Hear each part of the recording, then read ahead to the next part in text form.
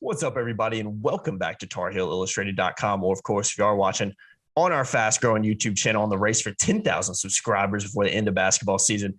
I'm THI staff writer Jacob Turner, and joining me, as he always does, and from Brooklyn, New York in this one, our very own publisher, Andrew Jones. And AJ, just real quickly, we're going to do a quick look ahead to Carolina's opponent against Virginia Tech in the semifinals of the ACC Tournament. The Tar Heels obviously coming off a big, impressive win over Virginia in the quarterfinals. Now we'll play number 7 seed Virginia Tech at 9:30 p.m.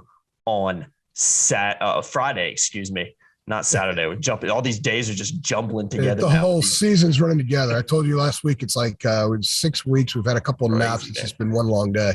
It's crazy, man, especially with the 9:30 tip-off games. But obviously, AJ, Virginia Tech obviously already won 2 games so far in the ACC tournament. Big game winner against Clemson in overtime in their opening game, and then beat Notre Dame on Thursday 87-80. Rather convincing win, was a little bit tight down the stretch, but overall a pretty positive performance from Virginia Tech. Hit some free throws late as well. Really good free throw shooting team down the stretch. So it's a Virginia Tech team that's, I think, one of the hottest in the league. I mean, they've played some really, really good basketball the past couple months after starting off slow. They were a team that was in the top 25 to start the season as well. Obviously, UNC 2-0 against them this season. So I think it's going to be a tough matchup again for the Tar Heels. Like I said, playing a really hot Virginia Tech team that I think is just as confident as Carolina is right now. So looking ahead to that one, AJ, another late night tip-off for the Tar Heels. What is Carolina kind of looking for and have to do to have a chance to beat Virginia Tech in the semis? Well, this is going to be a much tougher defensive test than UVA was, because the way the Hokies are playing right now, they're getting production off the bench.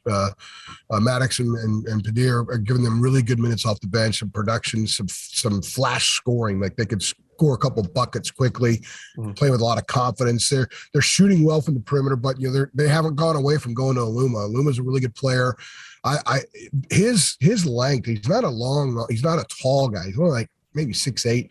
Some people think he might be 6'9". I think he's more like 6'8", but he's long, and the way he uses his body is length. And I think that that's a concern. Hubert was asked tonight after the game about them, and he went right to Justin Mudd and Keve Aluma, but they also hit the 3 well, and they've got about 4 guys. Couture can hit him. Storm Murphy was huge 2 days ago. I've sat courtside watching their 2 games, and Storm Murphy doesn't go nuts from 3.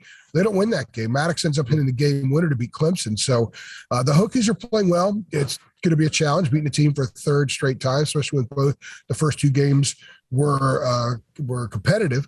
Carolina certainly could have lost either one of those games. They weren't great in the first one in Chapel Hill.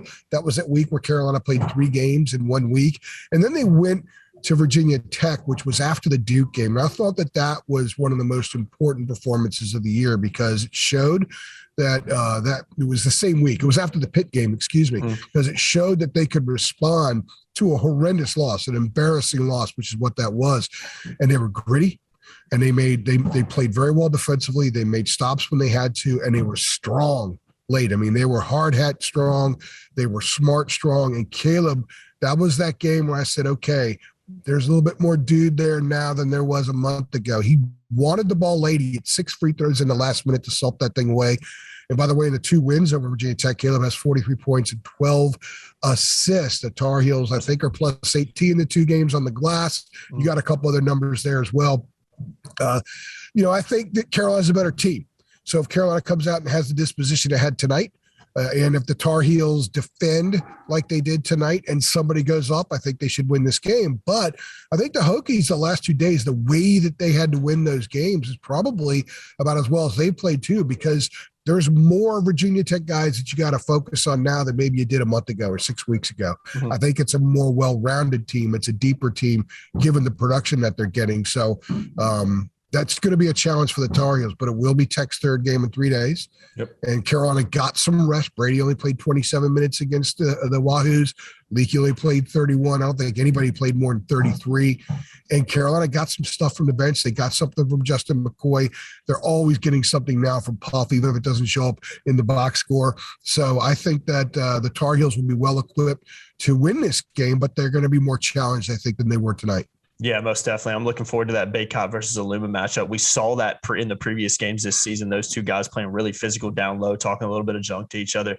That's always a fun matchup to listen to. Another stat from those 2 victories for Carolina over Virginia Tech.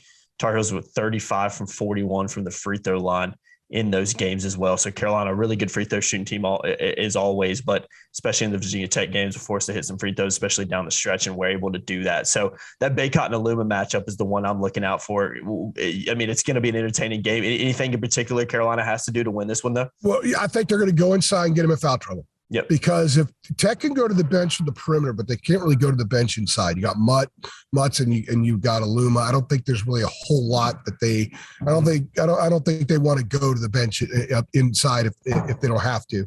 It's the kind of game where you could see both those guys play 38 minutes if they're not in foul trouble or anything like that. Mm-hmm. I think those free throws you just mentioned, 41 in the 2 games for Carolina. I think maybe 17 for Tech because they're shooting jump shots and they're not driving that much. They've had a little bit of success banging it down, but not much. I think that in the 2 games, a lot of the production that Tech got late was after Carolina was a little bit in control of the game. I'm talking about with their bigs. So they got to defend the perimeter, and they've got to go inside offensively, pound it into Armando, let Armando and Brady play off each other, pound it enough so Armando could find guys in the back cuts and stuff like that and get some easy buckets. And I think this is one of those games that the Tar Heels may score a lot of 2-pointers, maybe not a ton of 3s, but that could demoralize the Hokies. So in the postseason, when you stress a team offensively, it can really wear on them. And I think the ability, one of the reasons Carolina's always been so good in the postseason before, Dean's teams and Roy's teams, is because they do dump it inside. They do get those 2-pointers. When you repeatedly have to take the ball out, step out of bounds and toss it in, and know you have to match bucket for bucket, but you shoot a lot of 3s, that could wear on a team. So I think if the Tar Heels have early success scoring, points per possession, efficiency rate, that could play very well in their favor. I'll leave you guys with this. Carolina won 12 of their last 14. Virginia Tech won 11 of their last 13. So you got 2 of the hottest teams in the league right now. I mean, arguably the hottest team in the country right now. Both teams playing really, really well. Going to be a fun matchup. 9:30 p.m. tip in Brooklyn against the 7-seed Hokies on Friday evening. I've been Jacob Turner. He's been Andrew Jones. Make sure you guys keep it locked to TarHeelIllustrated.com for all your coverage of the game leading up to the Virginia Tech game as well. Going to be a fun one as always. A win, obviously, putting Carolina in the ACC Tournament Championship on Saturday. As always, guys, like, share, subscribe. Hit that notification bell on the race for 10K right now. We're going to hit that before the end of basketball season. I can feel it. I think we're only about 400 or a little bit less away now. So we're beating around the bush on this one for sure. So y'all keep sharing, keep subscribing. Let's keep growing this thing. I've been Jacob Turner. He's been Andrew Jones. Thanks for watching. We'll see you in the next one. Thanks.